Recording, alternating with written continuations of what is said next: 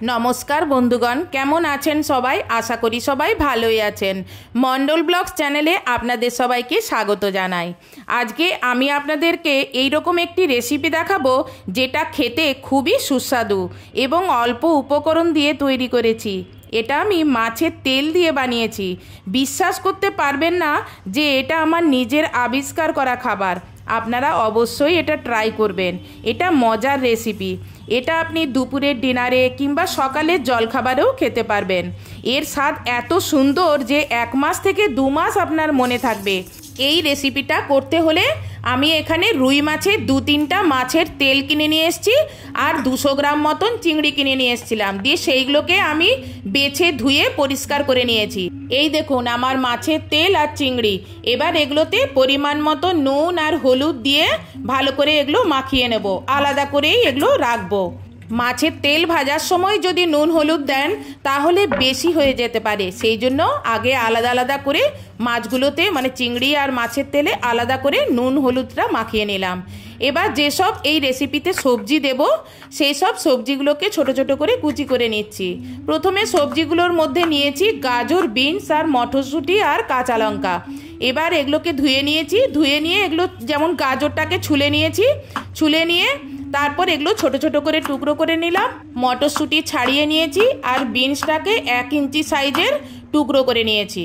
আর কাঁচা লঙ্কাটাকে ছোট ছোট করে মিহি টুকরো করে নিব, যাতে এই রেসিপির মধ্যে পুরোটা মিশে গিয়ে খাওয়ার সময় এক একটা টুকরো মুখে লাগে, খেতে এতে বেশি ভালো লাগবে। আর একটা মিডিয়াম সাইজ পেঁয়াজ এইভাবে লম্বা লম্বা করে স্লাইস কেটে নিলাম।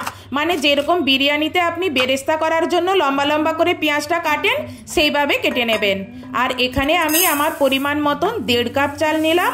আপনারা আপনাদের পরিমাণ মতন নেবেন। আর এখানে যে কোনো চাল ব্যবহার করতে পারেন। আমি এখানে বাঁশকাঠি চাল নিয়েছি। আপনারা যে সিদ্ধ চাল প্রত্যেক দিন ভাত খাওয়ার জন্য ব্যবহার করেন সেই চাল দিয়েই এই রেসিপিটা করতে পারেন। আপনারা চালের পরিমাণ বাড়ালে মাছের তেলের পরিমাণও আপনাকে বাড়াতে হবে। আমি এখানে 1.5 গ্লাস নিয়েছি, তাই জন্য আমি এখানে 3টে মাছের তেল নিয়েছি। আর আপনারা আপনাদের পরিমাণ মতন দেখে মাছের তেল কম বেশি করতে পারেন। আমি চালটাকে ভালো করে জল দিয়ে ধুয়ে নিয়েছি। তারপর 1 গামলা জল গ্যাসে বসালাম, দিয়ে সেখানে ধোয়া চালটা দিয়ে দিলাম ভাত হওয়ার জন্য। এবার অন্য একটা উনুনে এটা ট্রান্সফার করে এই উনুনে এদিকে একটা কড়া বসাবো। কড়া বসিয়ে এখানে আমি অল্প একটু তেল দেব, কারণ মাছের তেল থেকে তেল বেরোবে। দিয়ে তেলটা যখন গরম হয়ে যাবে তখন সেখানে মাছের তেলটা নুন হলুদ মাখানো মাছের তেলটা প্রথমে দিয়ে দেবো। তারপর এইভাবে ছোট ছোট করে টুকরো করে নেব। আপনারা আগেই টুকরো করে নেবেন। আমি টুকরো করতে ভুলে গেছিলাম, তাই কড়াতে দেওয়ার পরে এইভাবে খুন্তি দিয়ে ছোট ছোট করে টুকরো করে নিচ্ছি। এইটা যখন হালকা করে মোটামুটি ভাজা হয়ে যাবে মাছের তেলটা, খুব কড়া করে ভাজবেন না। মোটামুটি হালকা করে যেই দেখবেন ভাজা হয়ে গেছে তখন যে নুন হলুদ মাখানো চিংড়িটা ছিল এখন সেই চিংড়িটা এখানে দিয়ে দেব।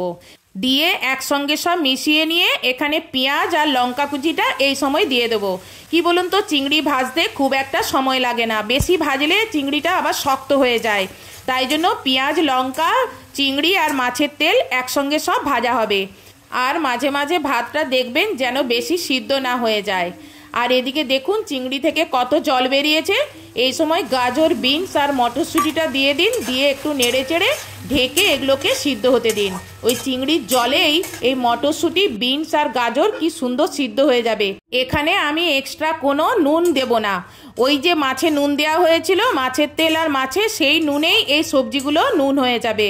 দেখবেন এই মাছের জলে এই যে ঢেকে দিয়েছি কি সুন্দর এই সবজিগুলোও সিদ্ধ হয়ে যাবে। মানে মটরশুঁটিটা না সিদ্ধ হলে মটরশুঁটি থেকে একটা হালি হালি গন্ধ ছাড়বে, সেই জন্য একটু ভাপে এইভাবে সিদ্ধ করে নিতে হবে। আর অন্যদিকে ভাতটা মাঝে মাঝে নেড়ে দেখতে হবে ভাতটা সিদ্ধ হলো কিনা। এদিকে আমার সবজিগুলো কত সুন্দর ভাজা হয়ে তেল বেরিয়ে এসছে। ব্যাস এদিকে সবজি ভাজাগুলো হতে থাক, গ্যাসটা এই সময় সিমে করে দেন। অন্যদিকে ভাতটা কিন্তু সিদ্ধ হয়ে গেছে। এবারে এই ভাতটার আমি ফ্যানটা গেলে নিয়ে ওই সবজির মধ্যে ঢেলে দেব। দেখুন কত সুন্দর ভাতগুলো লম্বা লম্বা হয়েছে আর প্রতিটা চাল কিন্তু আমার শক্ত আছে। এখানে ঠিক ওই বিরিয়ানি বলুন, ফ্রাইড রাইসই বলুন, সেই রকম 80 থেকে 90% সিদ্ধ হবে, সেই রকমভাবে ভাতটা তৈরি করবেন। করে ফ্যানটা গেলে আর এই দেখুন আমি এই সবজিগুলোর মধ্যে মাছের তেল সবজি করে যেটা করেছিলাম ভাজা সেইটার মধ্যে ভাতটা দিয়ে দিলাম। দিয়ে এবারে নেড়ে নেন, হালকা করে নেড়ে নিয়ে তারপরে এটা একটুকুন মুখে খেয়ে দেখবেন এর নুনটা ঠিক হয়েছে কিনা। যদি দেখেন নুনটা হয়নি, কম হয়েছে, তখন এখানে এক্সট্রা আপনি নুন দেবেন। আমার এটা দেখলাম মোটামুটি নুন আছে, অল্প একটু নুন দিলেই হবে। সেই জন্য এখানে আমি আর একটু অল্প একটু নুন ছড়িয়ে দিচ্ছি। আমি গরম মশলা দিইনি, এটা এমনিই খেতে ভালো লাগে। আপনারা যদি গরম মশলা দেন তাহলে এই সময় ছড়িয়ে দেবেন। এবার ওপর থেকে ধনেপাতা ছড়িয়ে পরিবেশন করুন মাছের তেলের ফ্রাইড রাইস। দেখলেন তো কত সহজ রেসিপিটা। ঘরের সামান্য কিছু পাতি জিনিস দিয়েই এমন সুস্বাদু খাবার বানানো যায়। একবার এভাবে আপনি বানিয়ে নিজেও খান এবং বাড়ির সকলকেও খাওয়ান, দেখবেন বাড়ির সকলে এটা বারে বারে খেতে চাইছে। আজকের মতন এখানেই ভিডিওটা শেষ করছি। নেক্সট ভিডিওতে নতুন কোনো রেসিপি নিয়ে আপনাদের সামনে হাজির হব। বাই।